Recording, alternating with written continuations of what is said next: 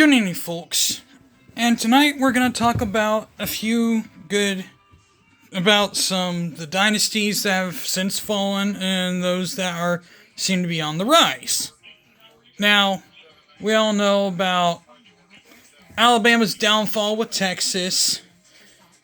And Alabama, they seem to be overrated now, seems like. And then Clemson, they also seem to be overrated. But now, Ohio State seems to be on the rise. So does Michigan, Texas, and Georgia. But does that mean it's over with for Clemson and Alabama? No, not necessarily. All they got to do is they got two things to do. One, go to the transfer portal and recruiting trail. And fine. And they'll be just fine. They got the top recruiting class right now, so it's really simple right now. So now, with that being said, we'll talk about the other games. Now, USC, on the other hand, also another contender who's pretty much rolled on the other way, is also pretty darn good. Now, we'll talk about that game here as well. Now,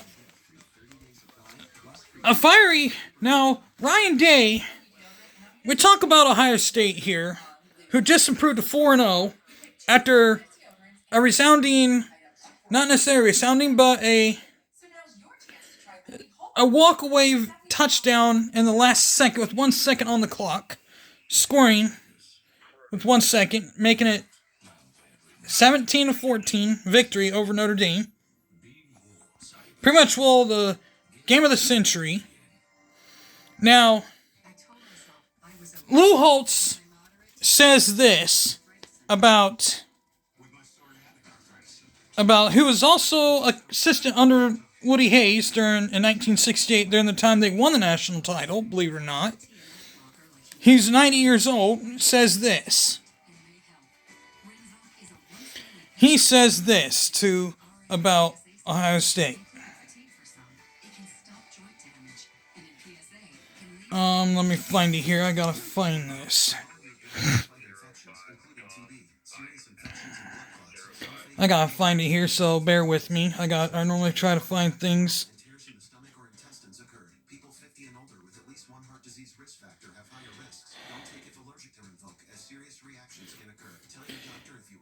Holtz says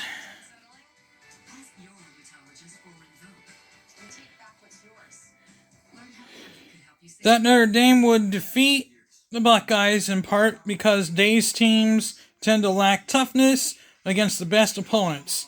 He has lost to Alabama, Georgia, Clemson, and Michigan twice. And everybody that beats him does so because they are more physical than Ohio State. And I think Notre Dame will take the same approach. Quite to that, Lou might call him something else less printable. So, we won't mention that on here. So, that's where that ended of the quote. So, he doubles down after that victory, 17-14 victory against Notre Dame. He says, I don't feel bad about what I said because I believe it. Notre Dame was the better football team. 3 times Ohio State had 4th and 1, ran the ball and couldn't make it. Other than the one long run, they averaged less than 2 yards per carry. When I say something, I can't control the outcome of the game. I honestly thought Notre Dame was the better football team and more physical. I don't think Ohio State will be a great football team. I really don't. I felt Notre Dame won the football game. All we had to do was fall on the ball. He's doubled down on his statement. But I'm not surprised he would say such a thing because he's those kind of people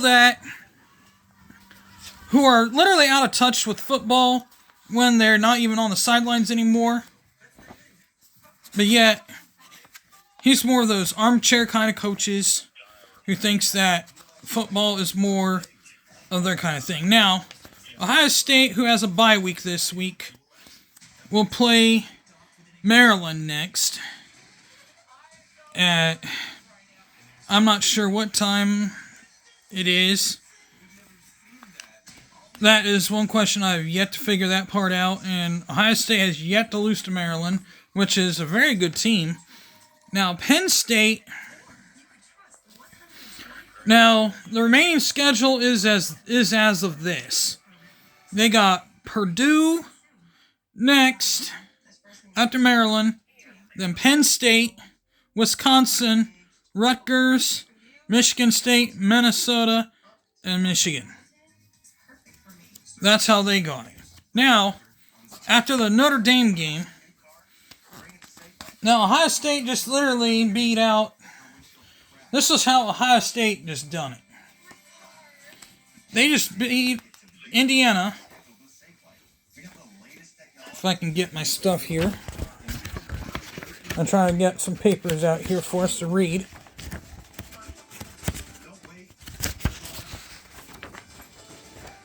Ohio State just beat Indiana 23-3. Youngstown State 35-7.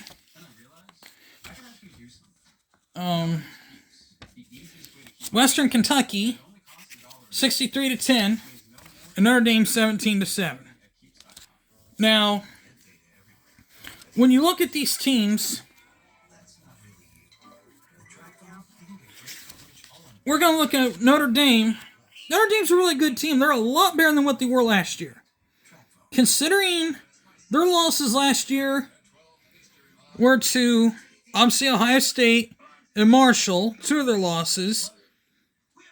And then their other loss was to Stanford. And then Southern Cal.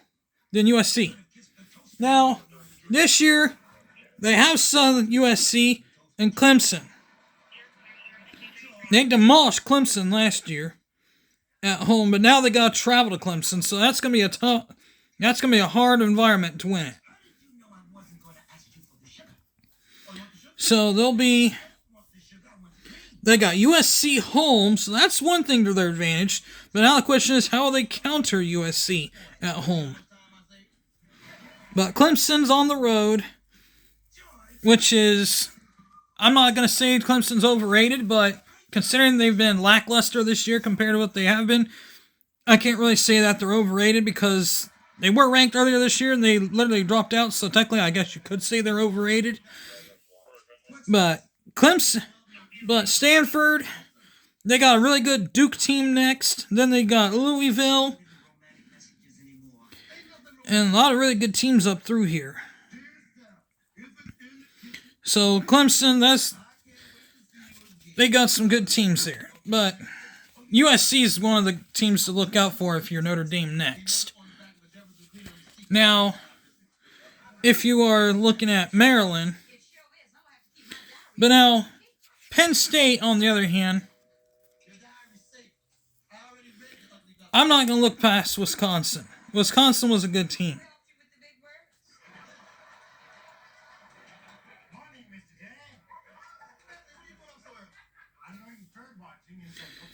I mean, Wisconsin, they had lots of disappointments. Literally, they could have won a lot of games last year. But they failed to capitalize. I mean, this year, the only thing they got going for them is pretty much, well, they got Ohio State home.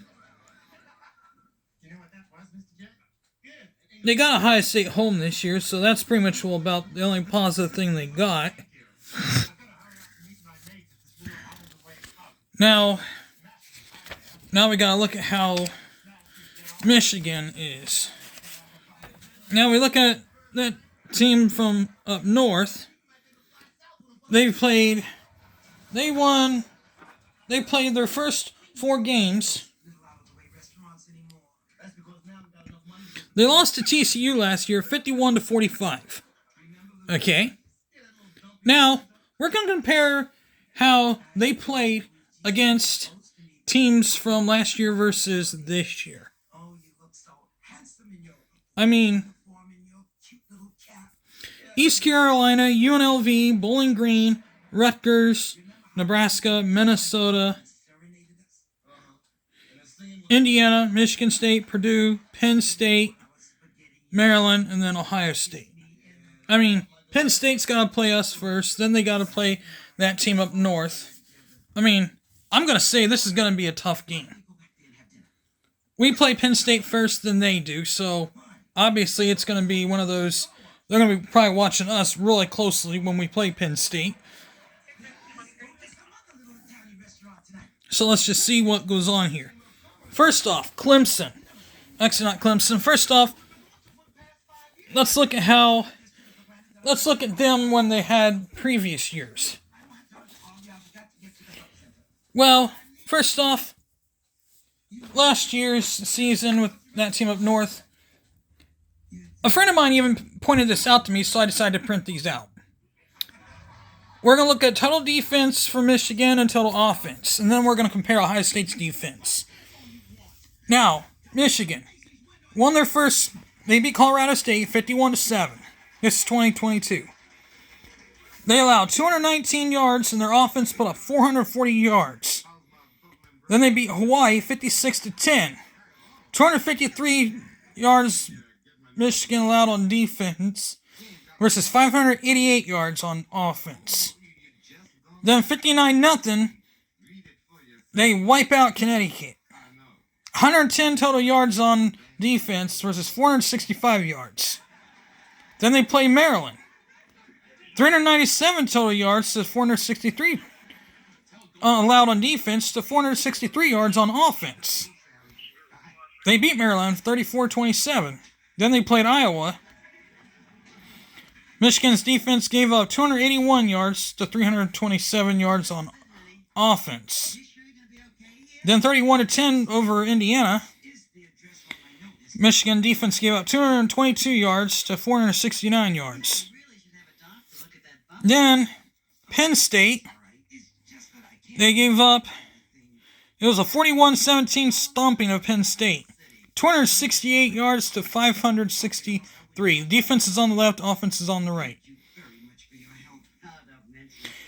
Then Michigan State, then they beat Michigan State 29-7, 252 to 443. Defense 252, offense 443. Then Rutgers beats Michigan beats the pants off Rutgers 52-17. Defense 180, offense 443. Then it is Michigan 19, Illinois 17. Defense 326, offense 376. And then the game I don't even want to think about. Defense 492, Ohio State 45, Michigan 45, Ohio State 23. Oh, I don't even want to think about that game. Michigan D 490, defense 492, offense 530. Then they go to the next game, the Purdue game. Michigan 43, Purdue 22. Defense 456, offense 386. So, then we have the next game. TCU 51, Michigan 45. 488 to 528.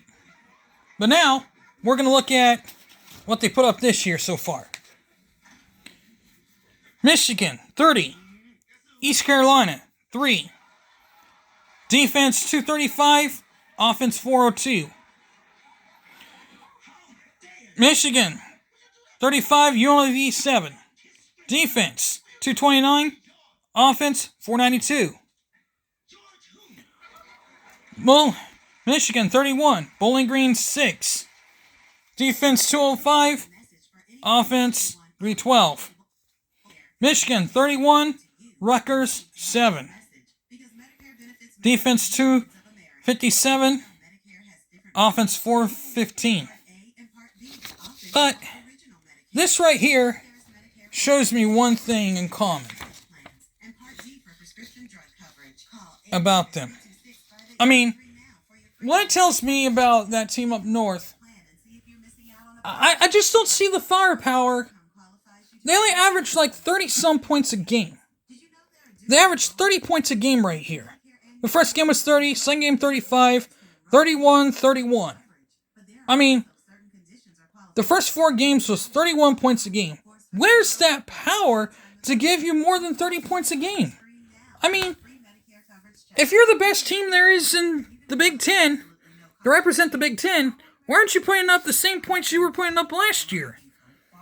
Like, why weren't you putting up 51 points against Colorado State, 56 against Hawaii, 59 against Kentucky, against Connecticut, excuse me? Why aren't you putting up those numbers? I'm lost here. Where am I missing this? I literally think I'm looking through a Twilight Zone here. Yeah, the quarterback might be a little more accurate. J.J. McCarthy might be a little more accurate on his passing. He might be completing more passes than he normally would be. But I just don't see how they're going to win games just being this way when these scores are that low. I mean, you can say that Michigan offense is good. I'm not saying Michigan is weak by all means, but with these low numbers and the numbers of yardage of offense, I'm so used to seeing the 440, 580, the 5s, the 4s, but what I'm seeing here is a 402, a 312. I don't really see anything big. I mean, I see the big numbers, but that's due to the fact they were playing weak teams. But now we'll look at Penn State here. Penn State, on the other hand. Penn State played West Virginia, beat West Virginia 38-15. Defense 308 to 470.